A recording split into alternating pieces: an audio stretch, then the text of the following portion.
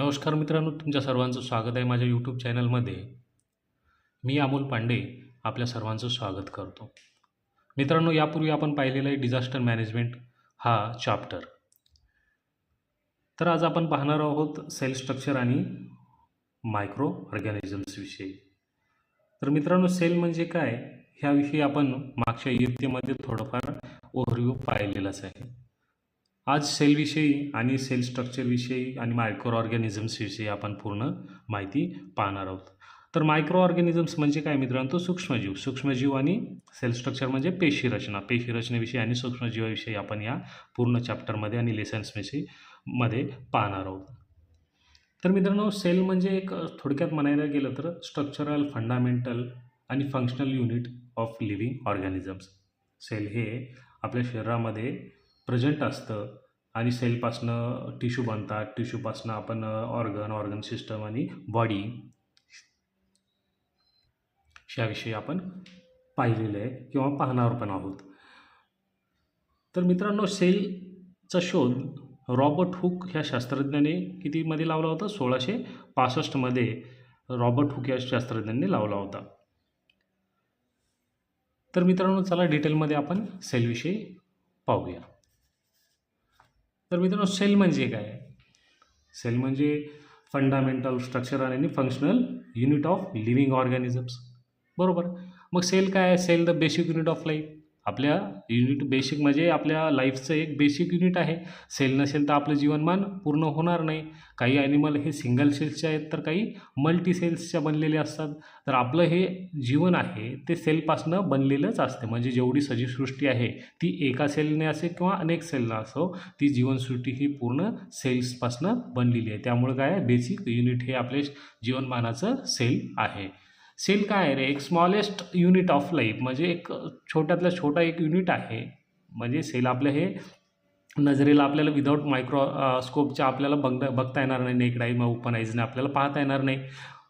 त्याला काही अपवाद पण आहेत. एखाद दोन असे सेल्स आहेत जे ॲनिमलच्या किंवा आपल्या एग्सच्या आहेत, ते आपल्याला ओपन आयनं पाहता येतील. पण काही अपवादात पण बाकीचे जे सेल्स आहेत हे आपल्याला अंडर मायक्रोस्कोपनेच पाहावे लागतील. त्यामुळे काय, smallest unit of life that can perform all life process. एक छोट्यातलं छोटं एक युनिट आहे आपल्या शरीरातलं, आपल्या लाईफचं, जे पूर्ण आपलं लाईफ प्रोसेस हे काय करतं, पुढं चालवतं. All living organisms are made up of cells. म्हणजे पूर्ण सजीवसृष्टी कशानं बनलेली आहे? लिव्हिंग ऑर्गॅनिझम्स कशानं बनलेले आहेत? सेल्सपासून बनलेले आहे. Cells were first discovered by Robert Hooke. सेल्सचा शोध कोणी लावला रे? तर रॉबर्ट हुक यांनी 1665 सेल्सचा शोध लावला. त्यांनी काय केलं, सूक्ष्मदर्शकाखाली म्हणजे मायक्रोस्कोप खाली काय केलं, तर झाडाचं पातळ एक काप घेतला आणि त्या कापामध्ये वेगवेगळ्या प्रकारचे प्रयोग करून त्यांनी सेल्सचा शोध लावला होता. बरोबर. तर आपण वेगवेगळ्या प्रकारचे अभ्यास करतो, त्याचप्रमाणे सेल्सचा देखील अभ्यास करतो. तर त्या सेल्सचा अभ्यास जो करतो आपण, त्या सेल्सच्या अभ्यासाला काय म्हणतो? तर cytology. The study of cell is called cytology. तर सेल हे कशा प्रकारे बनतं आणि सेल्सपासनं काय बनतं, त्याच्यापासून आपली सजीवसृष्टी, आपलं मानवी शरीर जे उदाहरण घेतलं तर मानवी शरीर कसं बनतं? सेल्स बनतं. सेल्सपासनं काय बनते तर अनेक सेल्स एकत्र येऊन काय बनतं? टिश्यू बनतं. तर अनेक टिश्यू एकत्र येऊन काय बनतं? आपल्या शरीराचा ऑर्गन बनतो. ऑर्गन म्हणजे काय, आपलं हार्ट झालं, आपले लंग्स झाले, आपले लिव्हर झाला, हे अशा अनेक प्रकारचे ऑर्गन आपले बनत असतात. अनेक ऑर्गन एकत्र येऊन काय बनतं? ऑर्गन सिस्टम बनतं. म्हणजे आपलं मानवी शरीर बनतं. त्यालाच म्हणायचं बॉडी. तर म्हणजे सेल हे आपले उगमस्थान आहे. सेलपासूनच आपलं काय बनणार? बॉडी. सेल्स तयार होत नसतील आपलं मानवी शरीर काही कामाचं नाही किंवा बनणार पण नाही. ठीक आहे. तर मित्रांनो, ऑर्गॅनिझम्स हे दोन टाईपचे असतात. ऑर्गॅनिझम्स हे दोन टाईपचे असतात. एक आहे युनिसेल्युलर ऑर्गॅनिझम्स आणि एक आहे मल्टीसेल्युलर ऑर्गॅनिझम्स. तर मित्रांनो, युनिसेल्युलर ऑर्गॅनिझम्स ह्यामध्येच आपला अर्थ लपलेला आहे. What is mean by unicellular organisms? Unicellular organisms means one cell organisms, म्हणजे ज्यामध्ये फक्त एक सेल प्रेझेंट असते, made up of one cell. Means काय झालं रे? Unicellular organisms. तर त्याचे एक्झाम्पल जर पाहायला गेलं आपल्याला, अमायबा किंवा बॅक्टेरिया, ह्यामध्ये काय फक्त एक आणि एकच सेल असतं. त्या एक सेल्सच्याद्वारे त्यांचं पूर्ण लाईफ स्पॅन हे चालत असतं. आणि मल्टी सेल्युलर ऑर्गॅनिझम्स म्हणजे काय, तर याच्या अपोजमध्ये दोन किंवा दोनपेक्षा जास्त सेल्स ज्यामध्ये प्रेझेंट असतात त्याला काय म्हणायचं, multicellular organisms made up of many cells. Multicellular organism म्हणजे काय, made up of many cells. For example काय, ह्युमन्स, प्लांट्स, ॲनिमल्स. आपलं ह्युमन शरीर असेल किंवा प्लांट आहे किंवा ॲनिमल्स आहेत, ह्यामध्ये काय असतं रे, अनेक प्रकारच्या सेल्स प्रेझेंट असतात. अनेक सेल्सपासून आपलं ऑर्गन बनलेले असतात ना, टिश्यू ऑर्गन्स बनलेले असतात. त्यामुळं काय, आपण मल्टीसेल्युलर ऑर्गॅनिझम्समध्ये येतो. तर युनिसेल्युलर ऑर्गॅनिझम्सलाच काय म्हणायचं, प्रोकॅरियोटिक्स, आणि मल्टीसेल्युलर ऑर्गॅनिझम्सलाच काय म्हणायचं, युकॅरियोटिक्स. का, तर युनिसेल्युलर ऑर्गॅनिझमला प्रोकॅरियोटिक का म्हणायचं, कारण त्याच्यामध्ये न्यूक्लियस हे तयार झालं, प्री न्यूक्लियसची जी स्टेज असते त्याला काय म्हणतात, प्रोकॅरियोटिक. आणि आफ्टर न्यूक्लियस म्हणजे न्यूक्लियस ज्यावेळेस तयार झालेला असतो त्याच्यानंतरच्या प्रोसेसला काय म्हणतात, युकॅरियोटिक्स. त्यामुळं सिंगल सेलमध्ये न्यूक्लियस हा तयार झालेला नसतो किंवा त्याची प्रोसेस चालू असते, त्यामुळे त्याला प्रोकॅरियोटिकच म्हटलं जातं. बरोबर. आपण आता पुढचं बघू. आता वेगवेगळ्या प्रकारच्या सेल असतात आपल्या शरीरामधले. हजारो लाखो सेल्स आहेत. त्या सेल्स पूर्ण एक सेम प्रकारच्या किंवा सेम साईजच्या असतात का रे, नसतात. तर आपल्या वेगवेगळ्या प्रकारच्या साईज आणि शेप असतात आपल्या साईजला, सेलला. तर त्यामुळे आपण आज काय पाहणार आहोत, साईज आणि शेप कशा प्रकारचे असतात, ते कशावर डिपेंड असतात, साईज शेप कशामुळं तयार होतो, हे तर आपण ह्याविषयी थोडंफार माहिती बघूया. Cells have different shape depending on their functions. सेल्सला काय असतं, वेगवेगळ्या प्रकारचा शेप्स असतो. तो कशावर डिपेंड असतो रे, तर त्याच्या फंक्शनवर. सेल हा त्याच्या फंक्शनवर म्हणजे त्यांच्या कार्यावर त्याचा सेल्सचा साईज आणि शेप डिपेंड असतो. बरोबर. There is a great variation in the shapes of cells. आपल्याला सेलमध्ये वेगवेगळ्या प्रकारचे व्हेरिएशन्स पाहायला मिळतात. बरोबर आहे. काही प्रकारचे आपल्याला राऊंड मिळतील, काही लॉंग रॉड शेप मिळतील, आपल्याला वेगवेगळ्या प्रकारचे शेप मिळतील. बरोबर. Their shapes are mainly related to their function. आत्ताच आपण म्हणल्याप्रमाणे त्यांच्या फंक्शनवरच त्याचं शेप हे रिलेटेड आहे. बरोबर. इच sale content various component for carrying out the life process of the living organism. प्रत्येक सेल काय असतं, various component for carrying out the life process, म्हणजे ते कंपोनंट कॅरी आउट करतं. काय करतं, कशामुळं करतं, लाईफ प्रोसेस चालवण्यासाठी. These component are called organelles. म्हणजे त्या कंपोनंटला काय म्हणायचं असतं, ऑर्गॅनल. आता ऑर्गॅनल कुठं प्रेझेंट असतो हे आपण पुढच्या टॉपिकमध्ये म्हणजे पुढं पाहूयाच थोड्या वेळामध्ये. फॉर एक्झाम्पल आता आपण शेप आणि साईज पाहिलेलं आहे. तर शेप आणि साईज कुठल्या सेलचे आपल्याला काही सेल्स घेतलेले आहेत, त्यांच्या सेलचे आपण काय करू, साईज आणि शेप कशा प्रकारचे असतात. Red blood cell. Red blood cell म्हणजे काय रे, RBC. आपण पाहिले आपल्या शरीरामध्ये RBC काउंट असते. आपण ब्लड चेक करता वेळेस बरेच वेळेस पाहिलेलं आहे, WBC, RBC. RBC म्हणजे काय, लाल रक्तपेशी. रेड ब्लड सेलचा कसा असतं सेल, आपलं साईज काय असतो तर राऊंड प्रकारचा असतो. Nerve sale. नर्व सेल्स आपल्या बघलेलं आहे. नर्वस सिस्टममधनं आपल्या नर्व सेल आपल्याला काम करत असतात आणि त्या सेल्सच्या काय लॉंग आणि ब्रांचड असतात. ब्रांच म्हणजे काय रे, आपल्या एक आपण त्याचं स्ट्रक्चर पाहू. हे इथं दिसतंय तुम्हाला, नर्व सेल्स आहेत त्याला. ह्या ब्रांच लॉंग म्हणजे लांब आहेत आणि ब्रांचड आहेत. ब्रांच आपल्या मुळं असतात, मुळाचे जे आपल्याला फायबर्स दिसतात बारीक बारीक, त्या प्रकारचे आपल्याला तुम्हाला इथे ब्रांचड दिसतात. म्हणजे बरोबर हे दिसत आहेत. हे रेड ब्लड सेल झाल्या, हे गोल गोल आकाराच्या आणि लाल प्रकारच्या. आता ह्या झाल्या हे साईडला त्याच्या बघा व्हाईट ब्लड सेल्स. बरोबर. हे दिसतंय व्हाईट ब्लड सेल. त्याच्या खाली ह्या इथं जर पाहिलं तर आपण इंस्टेस्टिनल सेल्स दिसते आपल्याला. हे इथं ओव्हन दिसतंय. ह्या साईडला तुम्हाला स्पर्म सेल्स दिसत आहेत, त्याच्यावर बोन सेल्स दिसत आहेत. हे काय झाले रे, साईज आणि शेप झाले. विविध प्रकारच्या सेल्स आपल्या शरीरामध्ये जे प्रेझेंट असतात त्या सेल्सच्या काय झाल्या, शेप झाल्या आणि साईज झाले. यांच्या साईज वेगवेगळ्या प्रकारच्या साईज असतात. ठीक आहे. आता सेल्स किती प्रकारचे असतात आणि कुठले प्रेझेंट असतात ह्याविषयी पाहायचं गेलं तर सेल ह्या मेनली दोन प्रकारच्या असतात. एक असतात ॲनिमल सेल्स आणि एक असतात प्लांट सेल्स. बरोबर. तर ॲनिमलमध्ये प्रेझेंट असणाऱ्याला सेल्सला आपण काय म्हणतो, ॲनिमल सेल. आणि वनस्पतीमध्ये जे सेल्स प्रेझेंट असतात त्याला आपण म्हणतो प्लांट सेल. बरोबर. These cells consist of various types of membrane bound cell organelles. ह्या सेल्सचा काय का व्हेरियस टाईप्स ऑफ मेम्ब्रेन असतात, बाउंड सेल ऑर्गॅनेल. बरोबर. Plant cells have definite shape due to the presence of the cell wall around them. Plant सेलला काय असतं रे, sale wall present असतं. त्याच्या आउटर मोस्ट लेअरला काय असतं, सेल वॉल प्रेझेंट असतं. त्या सेल वॉलमुळं काय होतं, त्याला एक स्पेसिफिक सेलला एक स्ट्रक्चर येतं, एक साईज येतं. बरोबर. आणि प्लांट सेल जे असतात ते प्लांट सेलच्या जी सेल पूर्ण सेल असते ही एक ॲक्युरेट शेपमध्ये असते, ते कुठलंही म्हणजे शेप आणि साईज त्याचा चेंज करत नाही. Beside unlike animal cell, plant cell contain single large vacuole. All these cells are known as eukaryotic cell. Plant cell आणि ॲनिमल सेल काय करतं, एक ओव्हल असतं, ओके व्हॅक्युअल असतं, सिंगल लार्ज व्हॅक्युअल असतं, त्या दोन्ही सेलमध्ये प्रेझेंट असतं, बरोबर. ह्या पूर्ण सेलला काय म्हणायचं, प्लांट आणि ॲनिमल सेलला काय म्हणतात, युकॅरियोटिक. का तर याच्यामध्ये न्यूक्लियस प्रेझेंट असतो, न्यूक्लियस चांगल्या प्रकारचे तयार झालेला असतो म्हणून.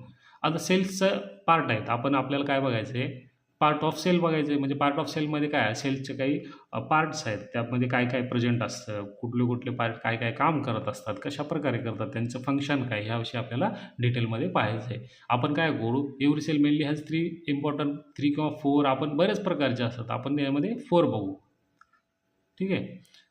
आता हे आपण स्ट्रक्चर पाहिलं, हे आहे ॲनिमल सेल्सचं आणि हा आहे प्लांट सेल्सचं स्ट्रक्चर. दिसतंय तुम्हाला, ॲनिमल सेलमध्ये ह्या न्यूक्लियस दिसतो इथे, बरोबर. प्लांट सेलमध्ये काय, इथे न्यूक्लियस. ॲनिमल सेल कसं दिसते रे, राऊंड राऊंड, बरोबर, वर्तुळाकारमध्ये. प्लांट सेल कसं दिसते, आयत आकृतीमध्ये दिसते, बरोबर. सायटोप्लाझम, इथं सायटोप्लाझम प्रेझेंट आहे. हे क्लोरोप्लास्ट ग्रीन कलरचं. क्लोरोप्लास्टचं काम काय असतं मित्रांनो, तर अन्न तयार करणं, बरोबर. हे इथं मायटोकॉन्ड्रियाला काय म्हणतात, powerhouse of cell. Mitochondria, हे इथं पण मायटोकॉन्ड्रिया दिसते ॲनिमल सेलमध्ये. अशा विविध प्रकारच्या स्ट्रक्चर हे ॲनिमल सेल आणि प्लांट सेलचं बनलेलं असतं कंपोनंटपासून, बरोबर. आता वन बाय वन आपण पाहूया. हे आहे cell wall. Cell wall is the outermost rigid covering of plant cell. आपण सेल वॉल आत्ताच पाहिलेलं आहे. तर सेल वॉल कसं बनलेलं असते रे, आउटर मोस्ट पार्ट, हे इथं बघा, outermost rigid covering of plant sale.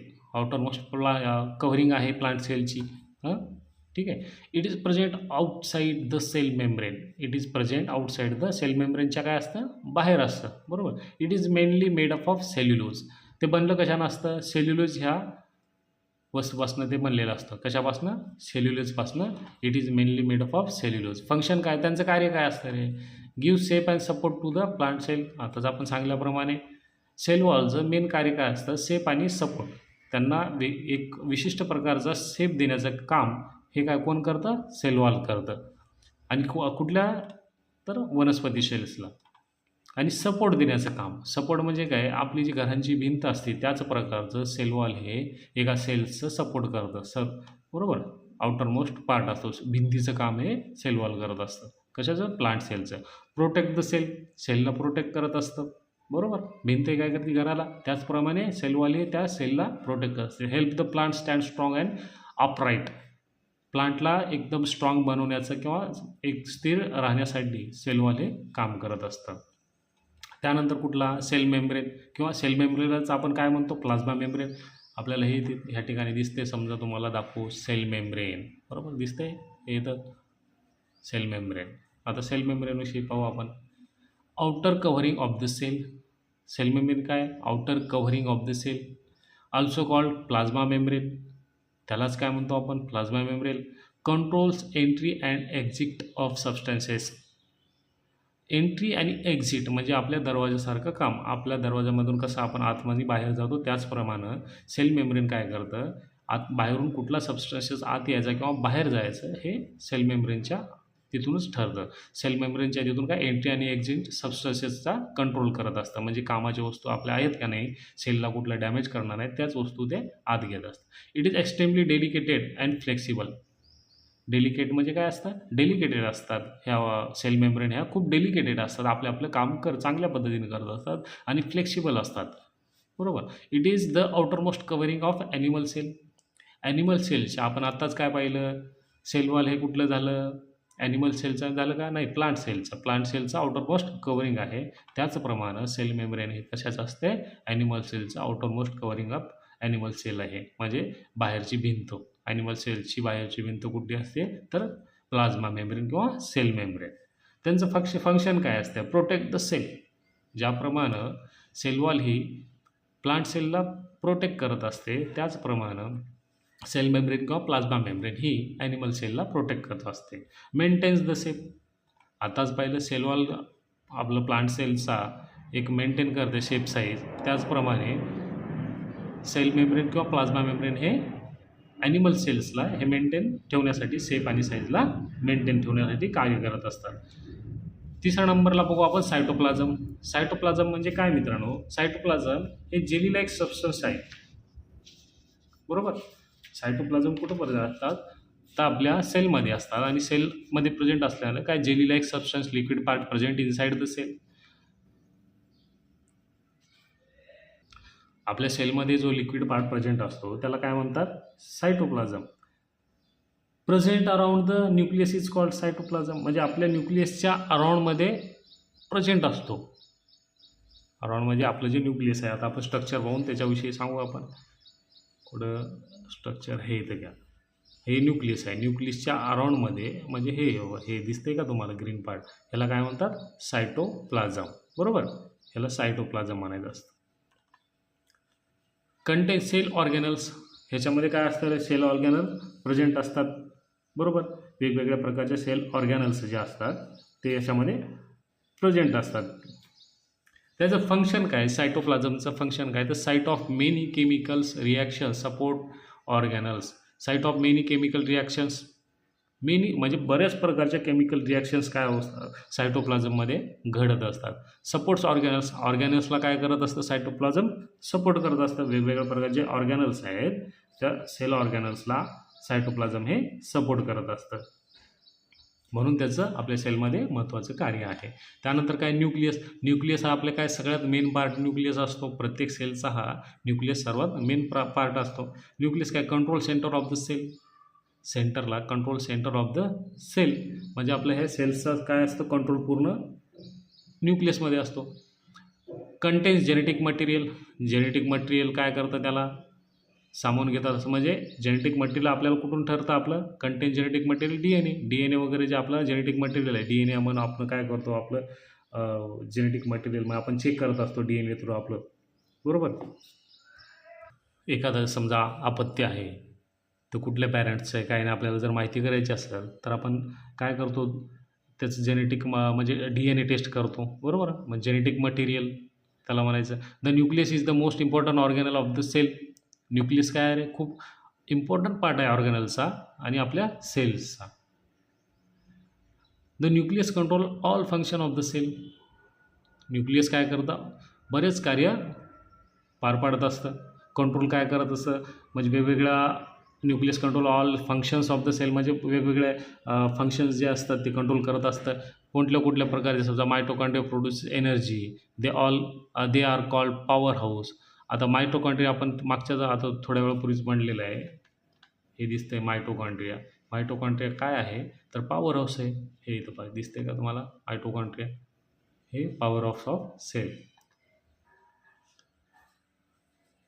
तर आपण न्यूक्लियस पाहिलेच आहे. तर न्यूक्लियस पाहिल्यानंतर त्याविषयी आपण भरपूर माहिती पाहिली. आपण न्यूक्लियस म्हणजे काय? तर मोस्ट इम्पॉर्टंट ऑर्गॅनल आहे सेल्सचा, बरोबर. देर इज अ पोरस डबल मेम्ब्रेन अराउंड अस, बरोबर. त्याच्या काय असतं? त्याच्या सभोवताली काय पोरस असतो डबल मेम्ब्रेनचा. The nucleus control all function of the cell. Nucleus काय करत असतं? सगळं कार्य हे सेल्सचे न्यूक्लियस पूर्ण करत असतं, पार पाडत असतं. तर आपण आता याची कार्य पाहू. न्यूक्लियस पाहिलं तर न्यूक्लियसची कार्य पाहू. Control cell activities. सेलची ॲक्टिव्हिटीज आपण वरही पाहिलं त्याप्रमाणे सेल्सची पूर्ण जी ॲक्टिव्हिटी आहे ते न्यूक्लियसच्या कंट्रोलमध्ये असते. Help in cell division. Cell division करायला मिओसिस, मायटोसिस आपण बऱ्याच प्रकारचे आपण पुढं पाहणारच आहोत हे सेल डिव्हिजन. तर सेल डिव्हिजन सेल हेल्प करतं. कोण करतं? सेल डिव्हिजनला हेल्प न्यूक्लियस करत असतो. Passes heredity information.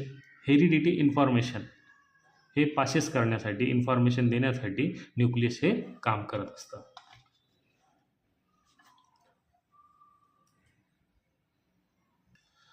तर पाचवा प्रकार आपण पाहणार आहोत सेल ऑर्गॅनल्स. सेल ऑर्गॅनल्स काय रे? Cell organelles are small structure present in the cytoplasm of cell. कुठं प्रेझेंट असतं? सायटोप्लाझममध्ये सेल ऑर्गॅनल प्रेझेंट असतं. कुठलं? स्मॉल स्ट्रक्चरमध्ये, एकदम छोट्याशा स्ट्रक्चरमध्ये सायटोप्लाझममध्ये हे प्रेझेंट असतं. इच ऑर्गॅनल हॅज अ स्पेसिफिक फंक्शन. प्रत्येक ऑर्गॅनल जे आहेत त्यांचं काय असतं? एक वेगवेगळ्या प्रकारचं कार्य आणि स्पेसिफिक कार्य असतं त्यांचं. आता आपण एक्झाम्पल जर पाहिलं सेल ऑर्गॅनल्सचं तर कुठल्या प्रकारचे सेल ऑर्गॅनल्स प्रेझेंट असतात? तर न्यूक्लियस एक सेल ऑर्गॅनल झाला आहे, बरोबर. आपल्या सेलमध्ये प्रेझेंट असलेले प्रेझेंट असलेले प्रत्येक ऑर्गनेल्स आहे तर त्याला काय म्हणायचं, सेल ऑर्गनल्स. आता न्यूक्लियस प्रेझेंट असतो आपल्या सेलमध्ये, मायटोकॉन्ड्रिया प्रेझेंट असतो, व्हॅक्यूल असतो, क्लोरोप्लास्ट असतो, ER म्हणजे एंडोप्लाझ्मिक रेटिक्युलम प्रेझेंट असतो, 6 म्हणजे गॉल्गी बॉडीज, 6 नंबरला गॉल्गी बॉडीज दिसते तुम्हाला, ते पण प्रेझेंट असतं. यांचं काय असतं, एक स्पेसिफिक फंक्शन असतं आणि ह्या सगळ्यांना काय म्हणतो आपण, सेल ऑर्गॅनल्स, बरोबर. तर न्यूक्लियसचं कार्य काय आपण पाहिलेलं आहे, control all activities of the cell. पूर्ण ॲक्टिव्हिटी सेलची आपल्याला कंट्रोल करण्यासाठी न्यूक्लियस काम करत असतं. मायटोकॉन्ड्रिया काय करतं, produces energy for the cell. Powerhouse of cell आपण आताच पाहिलेलं आहे, ते पण काय करतं, ते एनर्जी तयार करत असतं सेलसाठी. व्हॅक्युअल्स काय करत असतं, stores water, food and waste material. आपल्या सेल्सचं संपूर्ण जे वॉटर असतं, फूड असतं, वेस्ट मटेरियल असतं, ते कुठं कशामध्ये स्टोअर असतं, व्हॅक्युअलमध्ये.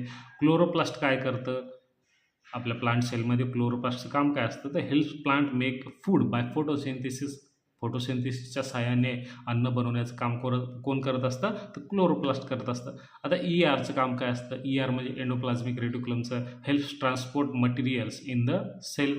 आपल्या सेलमध्ये जर मटेरियल कुठलं पाठवायचं असेल तर त्याला मदत कोण करत असतं, एंडोप्लाझ्मिक रेटिक्युलम करत असतं. गॉल्गी बॉडीज काय करत असतात, packages and sends proteins. Protein send करण्याचं काम कोण करत असतं, तर गॉल्गी बॉडीज करत असतात. तर हे झालं आपल्या सेलविषयी थोडक्यात माहिती. आता आपण काय करू, प्लांट सेल आणि ॲनिमल सेलविषयी थोडक्यात डिफरन्सेस काय पाहिजे, कुठं कुठं काय प्रेझेंट असतं किंवा ॲब्सेंट असतं, बरोबर. तर एक शॉर्ट व्ह्यू आपण पाहू, सेल वॉल पाहिलेला आहे. सेल वॉलमध्ये प्लांट सेलमध्ये सेल वॉल प्रेझेंट असतो, ॲनिमल सेलमध्ये नसतो.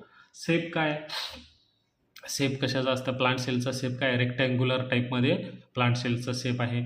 ॲनिमल सेल्सचा कसा असतो, राऊंड आणि इरेग्युलर असतो, बरोबर.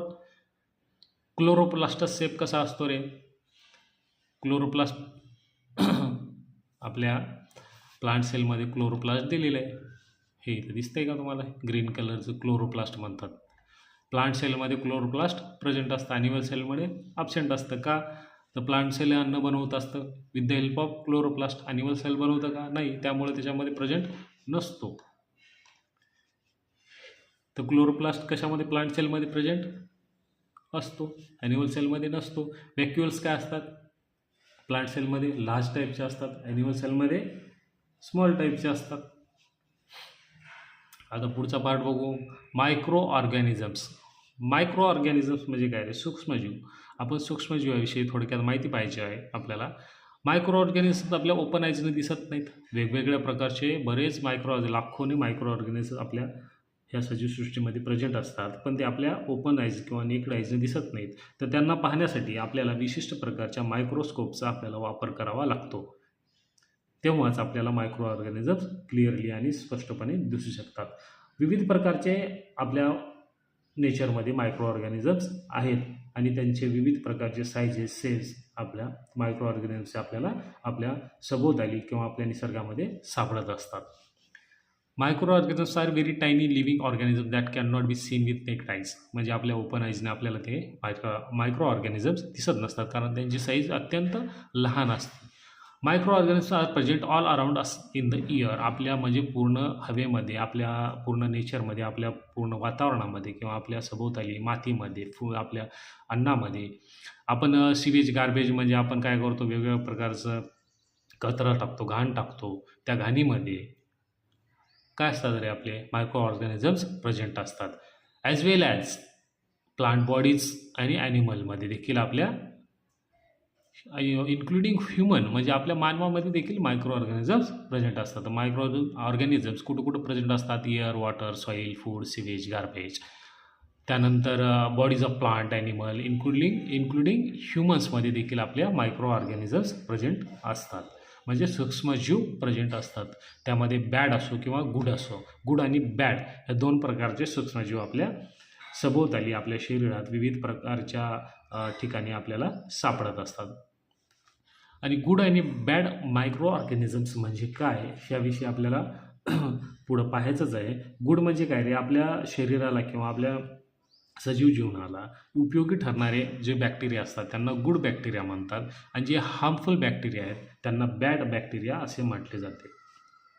Some micro organisms are solitary, that is they live singly. काय रे, काही मायक्रो ऑर्गॅनिझम्स असतात ते सिंगली लिव्ह करतात. फॉर एक्झाम्पल म्हणजे एक सिंगल सेलपासून बनलेले बरेच मायक्रो ऑर्गॅनिझम्स असतात. मायक्रो ऑर्गॅनिझम्स आहे त्या काय असतात सिंगल लिव्ह म्हणजे एका सिंगल सेलपासून पूर्ण जीवनमान त्यांचं पूर्ण करत असतात. एक्झाम्पल काय अमोएबा, पॅरामेशियम झालं. Whereas some live in colonies, बरोबर. Some micro organisms live on the remains of dead plants and animals.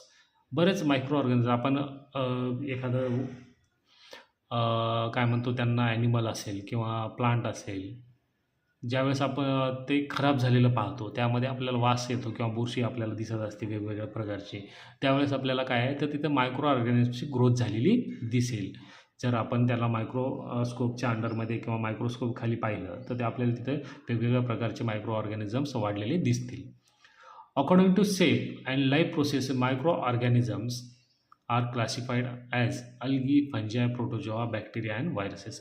Micro ऑर्गॅनिझमच्या सेप आणि लाईफ प्रोसेसेसच्याद्वारे आपण मायक्रो ऑर्गॅनिझमचे काही विशिष्ट प्रकारचे टाईप्स त्यांचे क्लासिफिकेशन केलेलं आहे. म्हणजे वेगवेगळ्या प्रकारचे टाईप केलेले आहेत किंवा त्यांचे भाग पाडलेले आहेत. तर त्यांच्या कशाच्याद्वारे तर शेप आणि लाईफ प्रोसेसच्या द्वारे, त्यांच्या शेप आणि लाईफ प्रोसेस जे असते त्याच्याद्वारे आपण काय केलेलं आहे त्यांचे वेगवेगळ्या प्रकारचे टाईप पाडले आहेत. आता त्याचे फर्स्ट काय तर अल्गी, त्यानंतर इथे फंजाय, नंतर प्रोटोझोआ, नंतर इथं बॅक्टेरिया आणि व्हायरसेस असे विविध प्रकारचे मायक्रो ऑर्गॅनिझम्स आपण त्यांचे टाईप पाडलेले आहेत. त्यांचे हे सर्व काय झाले रे मायक्रो ऑर्गॅनिझम झाले. अल्गी, फंजाय, प्रोटोझोआ, बॅक्टेरिया आणि व्हायरसेस हे पूर्ण काय आहे मायक्रो ऑर्गॅनिझम्सच आहेत. पण आपण काय करू त्यांच्या शेप आणि हे काय झाले आपले मायक्रो ऑर्गॅनिझम्स, पण आपण त्यांच्या ऑर्गॅनिझम्सला आपण बरोबर. आता त्याचं पुढचं आपण टॉपिक पाहू. मायक्रोस्कोपच्या अंडरमध्ये आपल्याला काय दिसतं रे मायक्रो ऑर्गॅनिझम. तर उदाहरणच घ्यायला गेलं तर खूप कमी झालं. त्याचं जर एक अंडं पाहिलं तर त्याच्या सेल्स आपल्याला ओपन, बरोबर, खूप कमी आणि क्वचितच ही सर्व जे सेल्स असतात ते आपल्याला अंडर मायक्रोस्कोपच्याच. हा आपल्याला एक मायक्रोस्कोपचं उदाहरण धरलं. मायक्रोस्कोप कसा असतो, कशा पद्धतीचा असतो, त्याचे वेगवेगळे आता मायक्रोस्कोपचे पण बरेच टाईप्स आहेत. इलेक्ट्रॉन, कंपाऊंड, बरेच प्रकारचे आपल्याला पाहायला मिळतील. आपण ते पुढं पाहणार आहोत. तर आपल्याला आता एक कंपाऊंड मायक्रोस्कोप कशा पद्धतीचा असतो, त्याला काय काय असतं हे आपण या फिगरद्वारे आपण पाहूया. आता हे काय झालं आय पीस झालं म्हणजे इथून पाहण्यासाठी आपल्याला इथून आपण काय करतो मायक्रोस्कोपमधनं ह्या आपण कुठलाही सूक्ष्मजीव किंवा कुठला अभ्यास करायचा असला एका विषय पण इथून पाहण्यासाठी आपण त्याचा उपयोग करतो. हे झालं काय कोर्स ठेवलेला असतं आपलं सेल असते, तर हे आपल्याला ॲडजस्ट करण्यासाठी आपण कोर्स आणि फाईन, बरोबर. त्यानंतर काय हे तर बॉडी ट्यूब दिलेली आहे सरळ पाहण्यासाठी वापर करतो. हे वेगवेगळ्या प्रकारच्या लेन्सेस असतात ऑब्जेक्टिव्ह, ह्या लेन्सेसच्याद्वारे आपण त्याचं पाहण्याचं काम करत होतो. आता ह्यांची साईज काय 10x 100x अशा पद्धतीची ह्याची साईज असते. म्हणजे आपल्याला एखादा खूपच लहान ते आपल्याला ह्या नॉबचा किंवा ह्या ऑब्जेक्टिव्हचा वापर करावा लागतो. हे काय इन्क्लाइन जॉईंट हे जॉईन करण्यासाठी वापरलेलं आहे त्यांचं. हे मिरर बेस आहे. आपल्याला इथं जे मायक्रो ऑर्गॅनिझम्स आपल्याला अभ्यासासाठी किंवा त्याचं पूर्ण स्ट्रक्चर कसा असतो सेप वगैरे पाहायचा असेल तर आपल्याला हे मिरर बेस खूप काम करतं. ह्याचा प्रकाश जो असतो ते आपल्या इथं त्या प्लेटवर पडलेला असतो. मायक्रोस्कोपच्या इथे खाली ठेवलेली आपण जे असते मायक्रो ऑर्गॅनिझम्सची त्या प्लेटवर पडून आपल्याला हे पूर्ण सहाय्यानं आपल्याला काय करतो मायक्रो ऑर्गॅनिझम्स दिसतो, बरोबर. हे झालं बॅक्टेरिया. विविध प्रकारचे आपण काय केले बॅक्टेरिया पाहायच्यात. टाईप ऑफ मायक्रो ऑर्गॅनिझम्समध्ये आपण पहिला टाईप काय बघतो बॅक्टेरिया. बॅक्टेरिया कसा असतात तर single cell organisms found everywhere. Single सेलच्या ऑर्गॅनिझम्स असतो आपल्याला सभोवताली बऱ्याच ठिकाणी आपल्याला हे मायक्रो ऑर्गॅनिझममध्ये आपलं जे बॅक्टेरिया आला आहे हे बॅक्टेरिया आपल्याला बऱ्याच ठिकाणी पाहायला मिळतो आहे. आता बॅक्टेरिया कुठल्या कुठल्या साईजचे आणि शेपचे असतात त्यांचे टाईप काय तर कोकस दिसतं राऊंड शेपमध्ये. बॅसिलस हे झालं बॅक्टेरियाचे शेप्स झाले. वेगवेगळ्या बॅक्टेरिया आहेत त्या बॅक्टेरियाचे शेप आणि साईज आपल्याला पाहायला मिळते. तिथं कोकस झालं, बॅसिलस झालं, स्पिरिलम झालं. हे बॅक्टेरियल सेल बघा ह्या प्रकारची बॅक्टेरियल सेल दिसती. हां, इकोलाय झाला, नंतर साल्मोनेला झाला, बॅसिलस झाला. हे सेफ्टी दिसते तुम्हाला हे बॅसिलस. हे वेगवेगळ्या प्रकारचे बॅक्टेरिया आहेत. आता आपण एखादं जर गुड बॅक्टेरिया आपण आताच म्हणल्याप्रमाणे जर लॅक्टोबॅसिलस, हे लॅक्टोबॅसिलस म्हणजे काय रे, गुड बॅक्टेरिया. हे आपल्या दह्यामध्ये, दही ज्यावेळेस आपण बनवतो त्यावेळेस आपण काय म्हणतो, एक विशिष्ट प्रकारचे बॅक्टेरिया आपल्या स्टमकमध्ये, आपल्या पोटामध्ये जातात. ते जर गुड बॅक्टेरिया असतात, ते गुड बॅक्टेरिया काय काम करतं, आपल्या शरीराला चांगलं ठेवण्याचं काम करत असतं. तर ते कुठलं बॅक्टेरिया झालं, लॅक्टोबॅसिलस नावाचा बॅक्टेरिया आपल्या दह्यामध्ये प्रेझेंट असतो. त्यानंतर आपण पुढची माहिती घेतली. हे बघा, हे गुड बॅक्टेरिया आणि बॅड बॅक्टेरिया. आता गुड बॅक्टेरियाची काही उदाहरणं जर पाहायला गेली तर लॅक्टोबॅसिलस कुठे गेला, ह्या लॅक्टोबॅसिलस दह्यामध्ये आपलं प्रेझेंट असतो, आपण आताच पाहिलं. हे झालं लॅक्टोकोकस. लॅक्टोकोकस कुठं प्रेझेंट असतो, डेअरी प्रोडक्ट्समध्ये आपण बऱ्याच प्रकारच्या डेअरी प्रोडक्ट्स आपण पाहिलेले, त्यामध्ये काय प्रेझेंट असतो, कोकस. हे बॅड बॅक्टेरिया झाल्या. यापासून आपल्याला विविध प्रकारचे रोगराई पसरण्याचे काम जे करत असतं आपल्या शरीरामध्ये आल्यानंतर, तर हे कुठलं झालं, बॅड बॅक्टेरिया म्हणतात त्यांना. साल्मोनेला झालं, स्टेफायलोकोकस झाला, हे असे विविध प्रकारचे बॅड बॅक्टेरिया असतात. याच्याविषयी अभ्यास आपल्याला पुढच्या वर्गामध्ये करायचा आहे, पण मी तुम्हाला ओव्हरव्ह्यू साधारणपणे सांगत आहे याच्याविषयी. आता फंजाय म्हणजे काय, grow in warm and moist places. Warm आणि मॉइस्ट प्लेसेसमध्ये ह्यांचा उगम होत असतो किंवा हे वाढल्या जातं. आता आपण एखादा ब्रेडचा तुकडा घेतला, आपण आपल्या पाठ्यपुस्तकात त्यांचं दिलेलं पण आहे उदाहरण. 3-4 दिवसासाठी आपण त्यांना झाकून ठेवलं, 3-4 दिवसासाठी बंद एका डब्यामध्ये कशामध्ये ठेवलं, तर अचानकपणे आपण त्याच्यावर आपली बुरशी आलेली दिसते. ती बुरशी म्हणजेच काय, फंजाय. तर मायक्रो ऑर्गॅनिझम्सची त्याच्यावर काय ग्रोथ झालेली दिसेल, बरोबर. एक्झाम्पल काय, मशरूम, ईस्ट, ब्रेड मोल्ड. हे वेगवेगळ्या प्रकारचे आपल्या फंजायचे उदाहरण झाले. मशरूम्स झालेले, मशरूम काय एक फंजायचं टाईप आहे. आता आपण मशरूम देखील 2 प्रकारचे असतात मित्रांनो. मशरूममध्ये इडिबल आणि नॉन इडिबल. इडिबल म्हणजे खाण्यायोग्य, आपण जे मशरूम खात असतो, तर तुम्ही मसालेदार मशरूम खाता तर ते फंजाय खातो का, नाही, तर फंजायच आहे, पण त्याच्यामध्ये 2 प्रकारचे टाईप पडलेले असतात मशरूममध्ये, एक इडिबल आणि एक नॉन इडिबल. इडिबल म्हणजे खाण्यायोग्य आणि नॉन इडिबल म्हणजे खाण्याअयोग्य, बरोबर. ईस्ट झालं, ब्रेड मोल्ड झाले, हे झाले काय, फंजायचे वेगवेगळ्या प्रकारचे टाईप्स झाले. आता प्रोटोझोआ म्हणजे काय मित्रांनो, सिंगल सेल्ड ॲनिमल आहे, बरोबर. सिंगल सेल ॲनिमल्सलाच आपण काय म्हणतो, प्रोटोझोआ म्हणतो. त्यामध्ये आपण कशा उदाहरणं जाता मागे पाहिलेली अमोeba आणि पॅरामेशियम. हे वाढतात कशामध्ये, तर पाण्यामध्ये सर्वात जास्त यांची वाढ होत असते. लिव्ह इन वॉटरमध्येच राहत असतात यांची, आणि यांच्यामध्ये ज्यांची जास्त वाढ होत असते. अमोeba आणि पॅरामेशियम हे काय आहेत, सिंगल सेल ॲनिमल आहेत. यांच्यामध्ये फक्त एकच सेल प्रेझेंट असतो, त्यामुळे यांना काय म्हणायचं, सिंगल सेल ॲनिमल्स म्हणायचं यांना, बरोबर. मायक्रो ऑर्गॅनिझम्स म्हणायचं, अमोeba आणि पॅरामेशियम. आता वेगवेगळ्या प्रकारचे अमोeba आणि पॅरामेशियमचे म्हणजेच प्रोटोझोआचे काही टाईप्स आहेत, त्या टाईपचे आपण सेप्स आणि काही नाव पाहिले. हे बघा इथं अमोएबाचं स्ट्रक्चर कसं आहे रे, दिसतं इथं अमोएबाचं, वेगवेगळ्या प्रकारचे त्याला फांद्या वगैरे दिसत आहेत तुम्हाला. म्हणजे आपण स्टारफिश वगैरे पाहिले का, त्याच प्रकारे थोडंफार रिलेटेड आहे का. हे युग्लिना, बरोबर, प्रोटोझोआचीच टाईप झाली युग्लिना. सिंगल सेल ॲनिमल जे असतात ते कशामध्ये येतात, प्रोटोझोआमध्ये येत असतात. पॅरामेशियम हे बघा दिसतंय. तर हे झालं प्रोटोझोआविषयी माहिती. त्यानंतर काय, व्हायरसेस विषयी आपण थोडीफार माहिती. व्हायरसेस हे खूप स्मॉल असतात, मायक्रो ऑर्गॅनिझम आपण पाहिलेलंच आहे, खूप स्मॉल असतात. त्याला आपल्याला मायक्रोस्कोपच्या अंडरमध्येच आपल्याला अभ्यास करावा लागतो. त्याचप्रमाणे व्हायरसेस हे देखील खूप टायनी प्रकारचे असतात.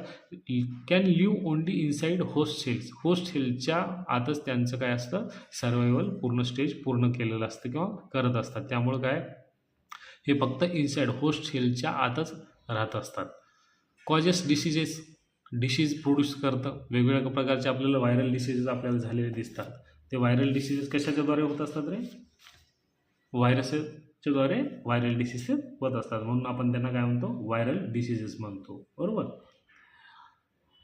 आता एक्झाम्पल जर घ्यायला गेलं कुठल्या प्रकारचे डिसीजेस, कोरोना व्हायरस झाला होता मागं, व्हायरल डिसीजेस होता, एकापासून दुसऱ्याला पण होत होता, बरोबर. तर त्याला काय म्हणतात, व्हायरल डिसीजेस. म्हणजे व्हायरल डिसीजेसचं उदाहरण पाहायला गेलं तो कोरोना व्हायरस झाला होता. इन्फ्लुएन्झा व्हायरसेस हे काय झाले, व्हायरसेसचे आपले टाईप्स झाले.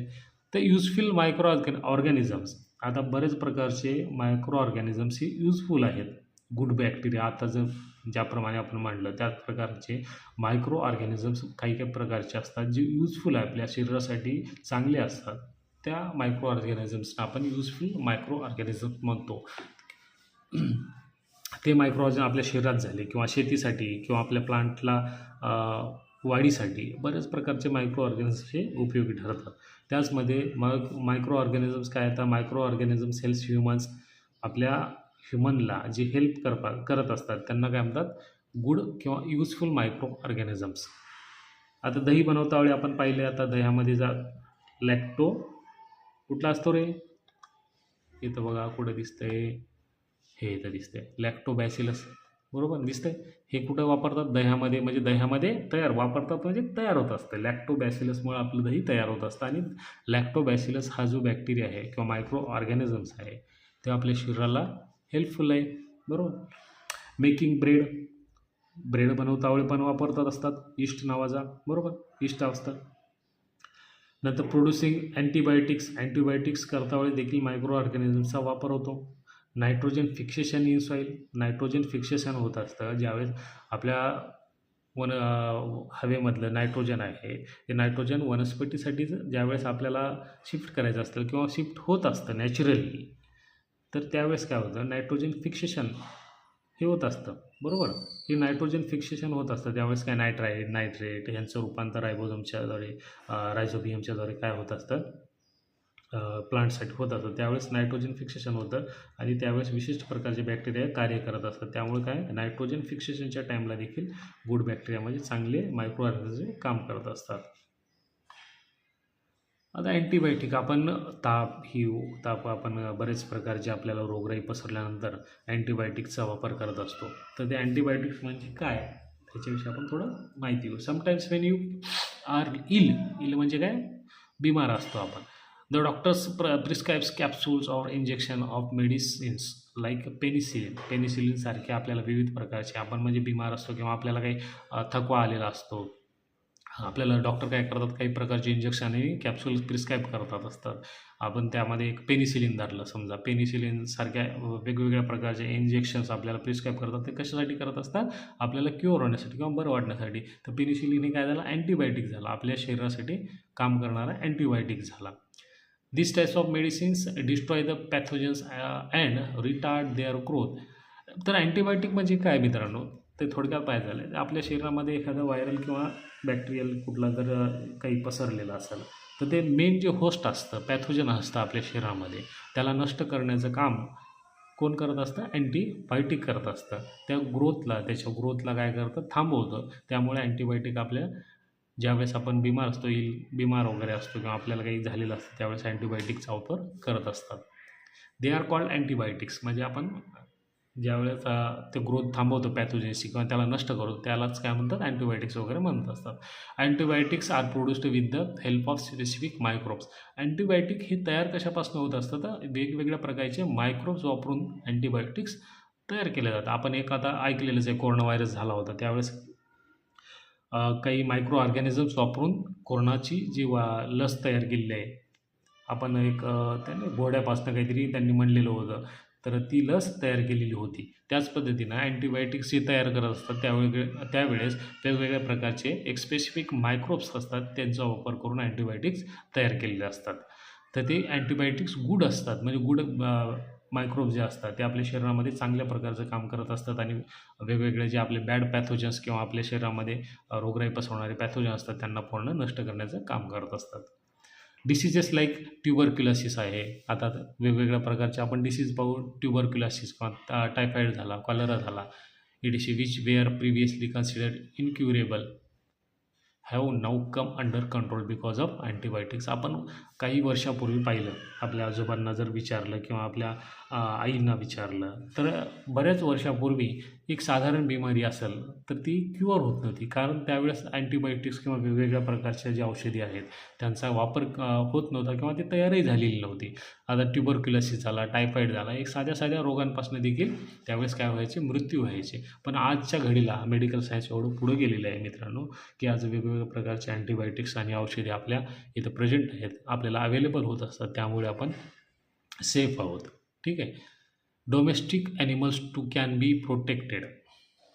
domestic animals to can be protected from various diseases by mixing antibiotics with their food. आता ॲनिमल आहेत, वेगवेगळ्या प्रकारचे ॲनिमल्स आहेत. आपण त्यांना काय करतो, वेगवेगळ्या प्रकारचे अन्न जे आपण देत असतो त्या अन्नामधून त्यांना अँटीबायोटिक्सचा वापर करत असतो. त्यामुळे काय होत असतात, ते वेगवेगळ्या प्रकारच्या डिसीजपासून त्यांचं संरक्षण होत असतं. Plant diseases can also be controlled with the help of antibiotics. आता प्लांट डिसीजेस आपण वनस्पतींना देखील वेगवेगळ्या प्रकारचे अँटीबायोटिक्स आणि औषधं देत असतो. त्यामुळे काय होतं, आपण वेटरनरी डॉक्टर किंवा वेगवेगळ्या प्रकारचे डॉक्टर येत असतात. त्यांना काय ॲनिमलला किंवा वेगवेगळ्या सजीव जीवनाला त्यांनी काय करतात, औषध देत असतात. त्यावेळेस काय होतं, ॲग्रिकल्चरलचा कुठला एखादा चांगला व्यक्ती आला असेल तर आपल्या प्लांटला काय करतात, वेगवेगळ्या प्रकारचे औषधं सांगत असतो, बरोबर. तर ते काय आपल्याला अँटीबायोटिक्स वापरून आपण प्लांट डिसीजला देखील कंट्रोल करू शकतो. आता हार्मफुल मायक्रो ऑर्गॅनिझम्स म्हणजे काय आणि हार्मफुल मायक्रो ऑर्गॅनिझम्सचे एक्झाम्पल्स आपण काही पाहूया. सम मायक्रो ऑर्गॅनिझम्स कॉजेस डिसीजेस. आपण चांगले गुड मायक्रो ऑर्गॅनिझम्स पण पाहिलेले आहेत. आता आपण काय बॅड म्हणजे हार्मफुल मायक्रो ऑर्गॅनिझम्स पण पाहू. तर हार्मफुल मायक्रो ऑर्गॅनिझम्स हे काय आहे, तो कॉलरा, ट्युबरक्युलोसिस आणि मलेरिया ह्यासारखे रोग पसरवत असतात. तर ह्यासारखे रोग पसरवणाऱ्याला मायक्रो ऑर्गॅनिझम्सला आपण काय म्हणतो, harmful micro organisms. They can also spoil food. Food. आता एखादं आपण उदाहरणच घ्यायचं झालं, कॉलरा गेला, तर कॉलरा पसरवणारा मायक्रो ऑर्गॅनिझम्स आपण त्या बॅक्टेरियाचं जर नाव पाहायला गेलं तर काय आहे, विब्रिओ नावाचा जो पॅथोजन आहे तो कॉलरा पसरवतो, बरोबर. असे विविध, आता अमोइबासिस हे कुठला आजार आहे, एंटा अमोइबा हिस्टोलायटिका नावाचा जो पॅथोजन आहे तो काय पसरवतो, पॅरासाईट आहे, तो अमोइबायसिस नावाचा रोग पसरवत असतो. आता टायफॉईड झालं, टायफॉईड कुठला बॅक्टेरिया पसरवत असतो, तो साल्मोनेला टायफी नावाचा बॅक्टेरिया टायफॉईड पसरवत असतो. त्यामुळे काय ते हार्मफुल आहे. असे विविध प्रकारचे हार्मफुल मायक्रो ऑर्गॅनिझम्स आपल्या सभोवताली प्रेझेंट असतात. आता ज्याप्रमाणे मायक्रो ऑर्गॅनिझम्स आपल्या वेगवेगळ्या प्रकारचे रोगराई पसरवत असते, हार्मफुल मायक्रो ऑर्गॅनिझम, त्याच प्रकारचे काही मायक्रो ऑर्गॅनिझम्स असतात ते आपलं जे अन्न असते ते अन्न खराब करण्याचं देखील काम करत असते. तर त्या मायक्रो ऑर्गॅनिझम्सला आपण काय म्हणतो, हार्मफुल मायक्रो ऑर्गॅनिझम्स. आपण अन्न एखादं ठेवलं, त्यानंतर सेकंड डेला आपण पाहिलं ते अन्न काय होतं, विटल्यासारखं वास वगैरे येतो असतो, घाण वास येतो आपल्याला. तर ते काय होतं, मायक्रो ऑर्गॅनिझम्सनं त्याच्यामध्ये एंटर करून आपलं ते पूर्ण अन्न खराब केलेलं असतं. त्यामुळं ते अन्न खराब झालेलं असतं आणि ते तसं अन्न खाणं म्हणजे आपल्या शरीराला हानी पोहोचवणं झालेलं आहे. त्यामुळे तसं अन्न घाण अन्न झालेलं, वास येतं आहे असं अन्न खाऊ नये. आपण फ्रेश आणि चांगलं अन्नच खाल्लं पाहिजे मित्रांनो. चांगलं ड्रिंक म्हणजे पाणी चांगलंच पिलं पाहिजे, बरोबर. आता अन्न टिकवण्याच्या काही प्रिझर्वेशन मेथड्स आहेत, म्हणजे आपल्याला कशा प्रकारे ते ठेवता येतात. तर काही मेथडद्वारे आपल्याला अन्न चांगल्या पद्धतीनं ठेवता येतं. त्यांना बॅड बॅक्टेरिया किंवा हार्मफुल मायक्रो ऑर्गॅनिझम्सपासून आपल्याला संरक्षण देता येतं. तर कुठल्या पद्धती आहेत, रेफ्रिजरेशन आहे. आपल्याला फ्रीजमध्ये आपलं ठेवून आपण अन्न सेफ करतो. म्हणजे रात्रीचं अन्न उरलं तर आपण काय करतो, फ्रीजमध्ये ठेवतो आणि तेच सकाळी खातो. त्यामध्ये काय होतं, कुठल्याही प्रकारचा मायक्रो ऑर्गॅनिझम्स आहे तो एंटर करत नाही आणि आपलं अन्न सुरक्षित राहतं. ड्रायिंग प्रोसेस म्हणजे आपण एखादं बऱ्याच ठिकाणी पाहतो आपण वाळवण्याची प्रोसेस, आपल्या भाज्या झाल्या, कुठल्या तरी वस्तू झाल्या, आपण त्यांना काय वाळवतो, वाळवून नंतर आपण ते खातो, त्याला म्हणतात ड्रायिंग प्रोसेस.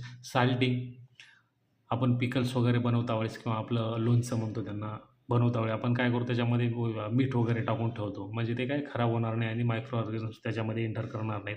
त्यानंतर काय शुगरिंग झालं, साखरचा वापर करून देखील आपण त्यांना प्रिझर्व करू शकतो. पाश्चरायझेशन मेथड झाली, आपण दुधाचं पॅकेट ज्यावेळेस घरी आणतो त्यावेळी लिहिलेलं असतं बघा, पाश्चरायझेशन, बरोबर. पाश्चरायझेशन ही एक प्रोसेस आहे कशाची, फूड प्रिझर्व करण्याची. त्याद्वारे आपण देखील अन्न चांगलं ठेवू शकतो. तर मित्रांनो, ह्या झाल्या प्रिझर्वेशन करण्याच्या म्हणजे अन्न सुरक्षित ठेवण्याच्या ज्या काही मेथड्स आणि स्टेप्स झालेल्या आहेत.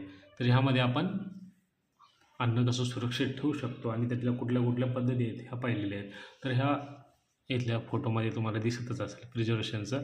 हे काय preservation by oil and vinegar वापरून आपण काय हे व्यवस्थित शुगर ठेवलेलं आहे. त्यांचे काही लोणचं वगैरे दिसते आपल्याला त्याच्यामध्ये. स्टोरिंग इन एअरटाईट कंटेनर्स म्हणजे एअरटाईट पूर्ण हवाबंद डब्यामध्ये आपण काही वस्तू ठेवल्या तर त्या पण सुरक्षित राहू शकतात. कुठल्याही प्रकारची हवा त्यामध्ये एंटर करू नये.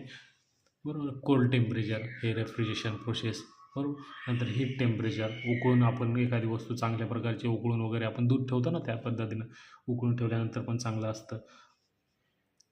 हे काय कॉमन साल्ट वापरून. बरोबर. Preservation by common salt. नंतर प्रिझर्वेशन ऑफ बाय शुगर आपण इथं पाहिल्याप्रमाणे पुढे गेलं शुगरिंग. बरोबर. साखर वापरून. ह्या वेगवेगळ्या प्रकारच्या मेथड्स आहेत मित्रांनो. ह्याच्या प्रकारे काय करू शकतो आपण अन्न एक सुरक्षित ठेवू शकतो आणि त्या मेथडद्वारे आपण ते दीर्घकालीन टिकवू शकतो. तर मित्रांनो स्वच्छ भारत अभियान आता एक आपल्या टॉपिकमध्ये दिल्याप्रमाणे स्वच्छ भारत अभियान देखील आपल्या भारत देशामध्ये राबवला जातो. तो कधीपासून लागू झालेला आहे ते एक अंदाज साधारणपणे सांगायचं गेलं तर 2 ऑक्टोबर 2014ला स्वच्छ भारत अभियानाची एक सुरुवात झालेली होती. तर त्या स्वच्छ भारत अभियानाच्याद्वारे आपण वेगवेगळ्या प्रकारचे डिसीज आणि मायक्रो ऑर्गॅनिझम्स जे आहेत जे हार्मफुल आहेत त्यांना कमी करण्याचं किंवा संपवण्याचं काम करतो. आता स्वच्छ भारत अभियानामध्ये काय शिकवलं जातं आपल्याला? आपला परिसर झाला, आपलं सभोवतालचं वातावरण आहे हे पूर्ण प्रकारचं चांगलं सुंदर ठेवायचं. त्यामध्ये आपलं गार्बेज वगैरे असेल त्याचं डिस्पोज व्यवस्थित पद्धतीने करायचा. ह्यामध्ये आपल्या स्वच्छ भारत अभियानामध्ये एक अभियान चालवलं जातं. त्यामध्ये आपल्याला हे पूर्ण शिकवलं जातं आणि आपला सभोवतालचं जे वातावरण आहे आपलं परिसर आहे हे आपण नेहमीच स्वच्छ ठेवलं पाहिजे. चांगलं अन्न खाल्लं पाहिजे, चांगलं पाणी पिलं पाहिजे. ज्यामुळे काय होणार नाही आपल्याला कुठल्याही प्रकारचे रोगराई पसरणार नाही. कुठल्या पॅथोजनचा आपल्याला किंवा मायक्रो ऑर्गॅनिझम्सपासून आपल्याला कुठलं काही रोगराई पसरणार नाही आणि आपल्याला कुठलं हानी होणार नाही याची आपण काळजी घेतली पाहिजे. तर मित्रांनो आज आपण पाहिलेला आहे आपला चॅप्टर, हा पूर्ण चॅप्टर